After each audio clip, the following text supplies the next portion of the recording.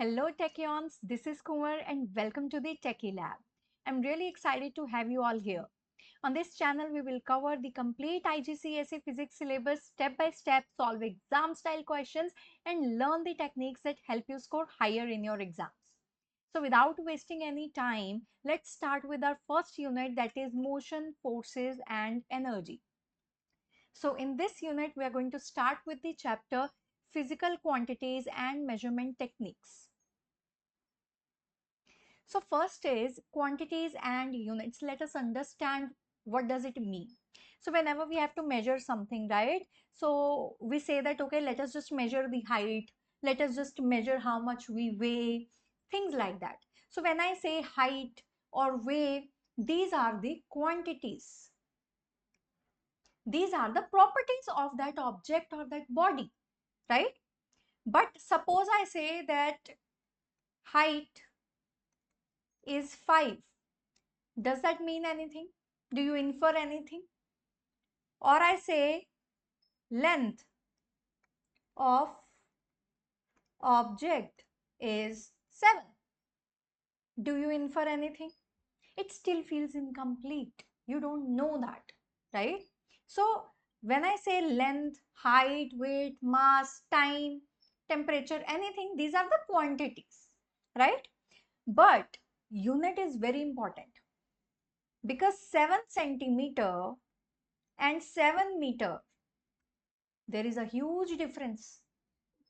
So we need to know that, okay, how much is it? So that amount is the unit. That unit tells you that amount.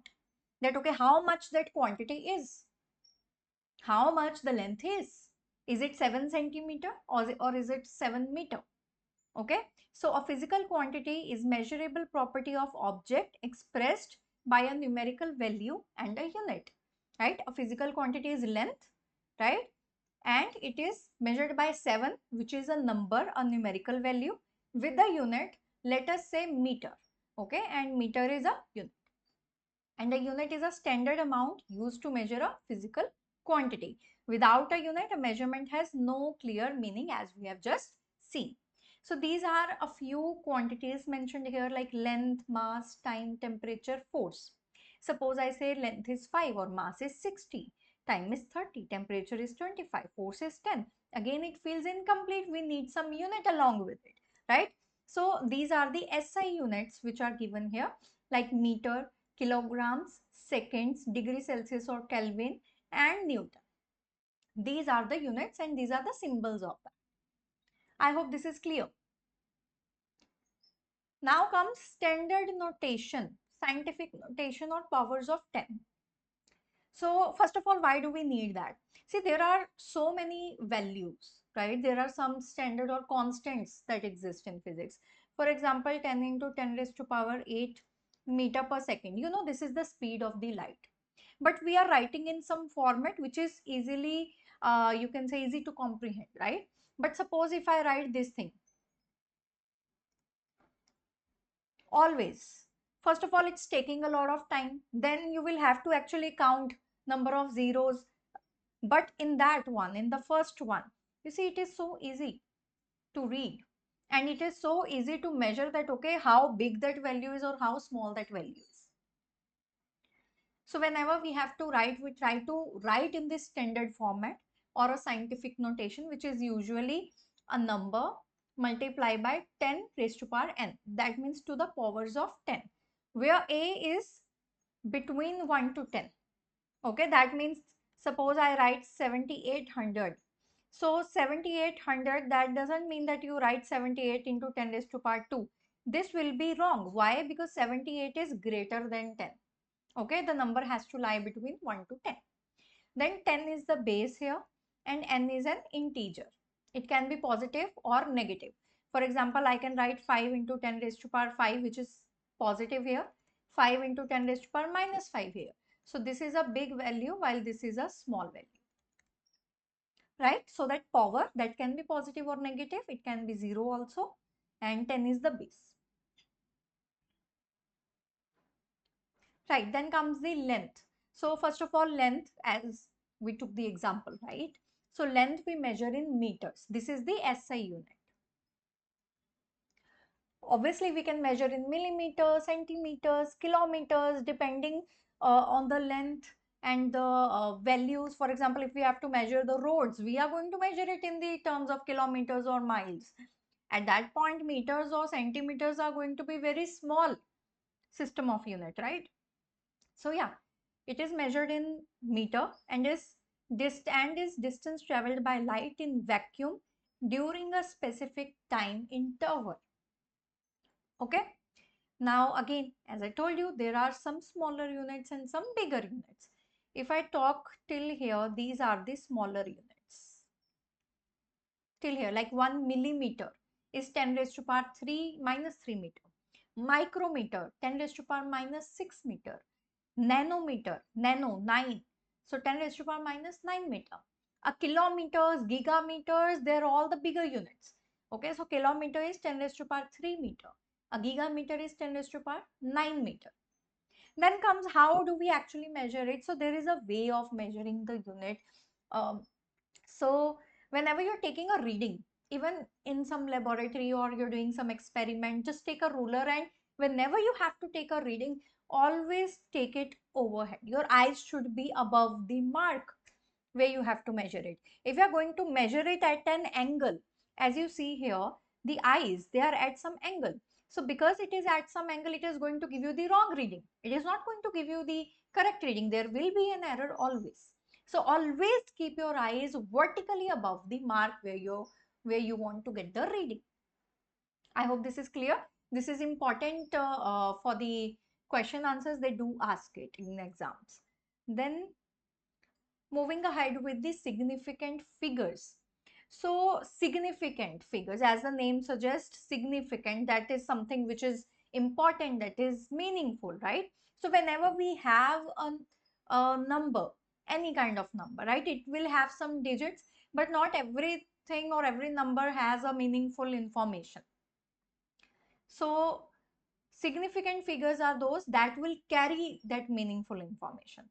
For example, now it's very easy to do it with the help of an examples and understand it. See example number 1, we have this number 456.78 and we have to write up to 3 significant figures. See, in significant figures, all the digits, they will be included.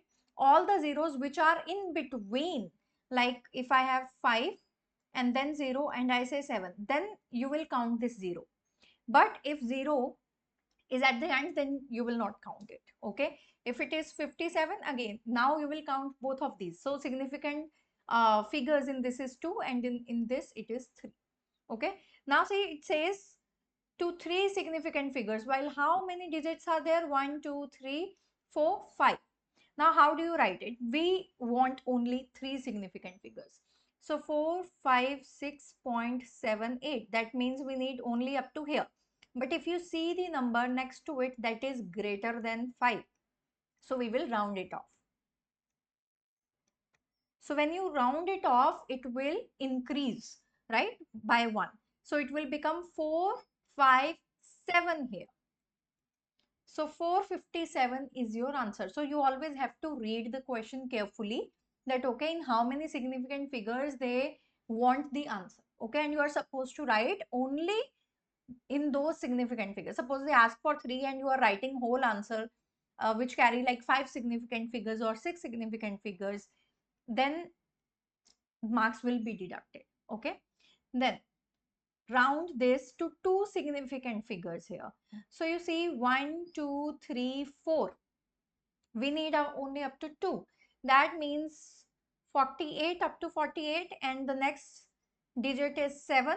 So we are going to round it off and it will become 49, right? So it is 0.0049. So now these 3 zeros, because they are at the end, right? So we are not going to count it in the significant figures. We will be counting only these. Then comes round 39.84 to 2 significant figures. Again, we need only 2. So 39, what is the next digit? It is 8, which is again greater than 5. So we'll increase by 1 and it will become 40. I hope these questions or these examples are clear to all of you. that how to round it off and how many significant figures are there and how to write any number to a particular significant figures.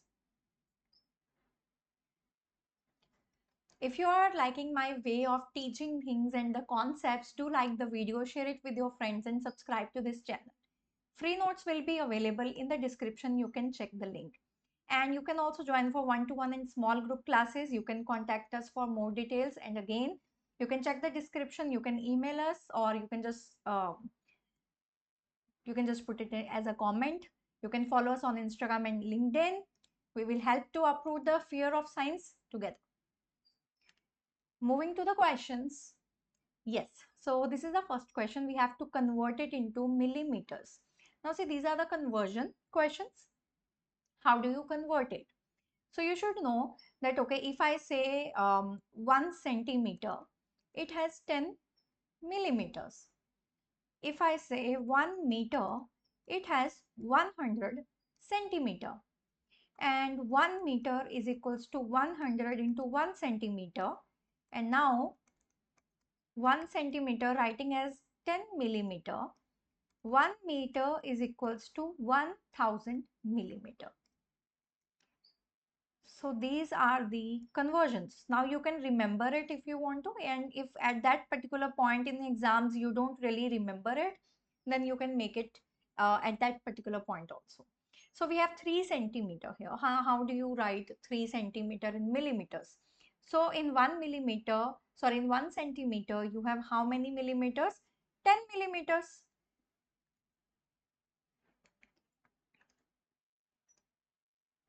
So 3 centimeter is equals to 3 into 1 centimeter, which is 3 into 10 millimeter. So it becomes 30 millimeters. I hope this question is clear. It was easy, right? Now let us do the B part together. So it is 2 meters. So either you multiply directly using this 1000 millimeters, or what you can do is you can do a little bit more steps here. So it will be 2 into 1 meter, 2 into 100 centimeter, 2 into 100 into 1 centimeter, which is again 10 millimeter, and then you can write it as 2000 millimeter. So answer is 2000 millimeter here. I hope this is clear as well. Now comes the second question where we have to express it in meters. Now this is a bigger unit. We are going from smaller to the bigger one. So we have 250 centimeter. Again, we can use the same conversions, or I'll just show you here. 250 centimeter, and we have to write it in meters. 1 meter is equals to 100 centimeter, or we can write 1 centimeter is equals to 10 raised to power minus 2 meter. So how much it will become? It will become 250 into 10 raised to power minus 2 meter, which is 2.50 meter. I hope this is clear. Now comes 4500 millimeter. So how many millimeters it will be? 1 meter is equals to 1000 millimeters. So 1 millimeter is equals to 10 raised to power minus 3 meter. So I can write it as 4500 into 10 raised to power minus 3 meter, or 4.500 meter. I hope this question is clear as well. Moving to the next question. Write the following numbers in standard form or scientific notation. Now see, we have 78,000. Suppose some student write this as 78 into 10 raised to power 3. It will be wrong. Why? Because in scientific notation, this number has to be from 1 to 10 only, and this is 78, which is greater than 10. So it is not acceptable. Okay. So How do we write it? It will be 7.8 into 10 raised to power 1, 2, 3, 4. 10 raised to power 4, right? This is basically 10 into 10 raised to power n. This is what we have to make. Now, next is 4, 5, 6, 0, 0, 0, 0. So, it will be 4.56 into 10 raised to power how many? 1, 2, 3, 4, 5, 6. 6 here. I hope this question is also clear to everybody. Now, in both of the questions, the powers were positive. But you can also try out questions which has negative powers. And you can also try some more questions on the conversion for your practice. I hope the lecture was clear to you all. Thank you so much. And I'll see you in the next lesson.